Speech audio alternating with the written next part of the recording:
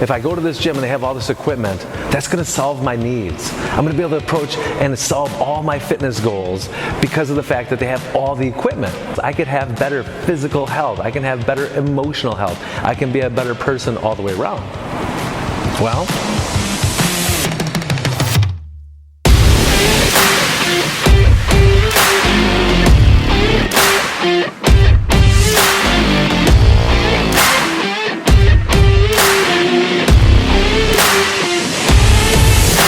I know it seems counterintuitive, but less is more when it comes to equipment. And that's why you see behind me, I mean, the fact is when you walk into our gym, first of all, people are like, this is a gym?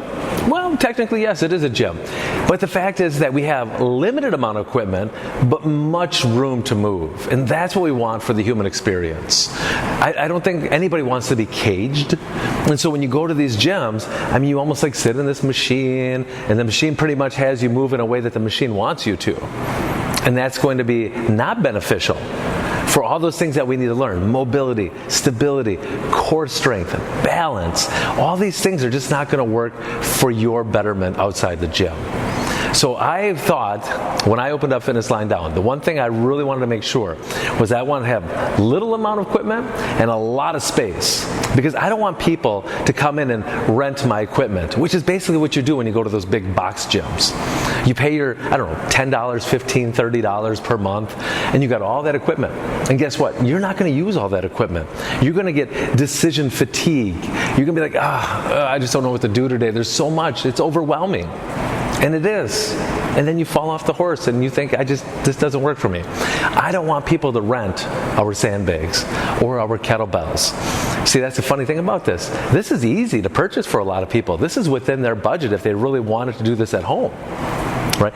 Going out and buying the equipment at those big gyms, that's very expensive.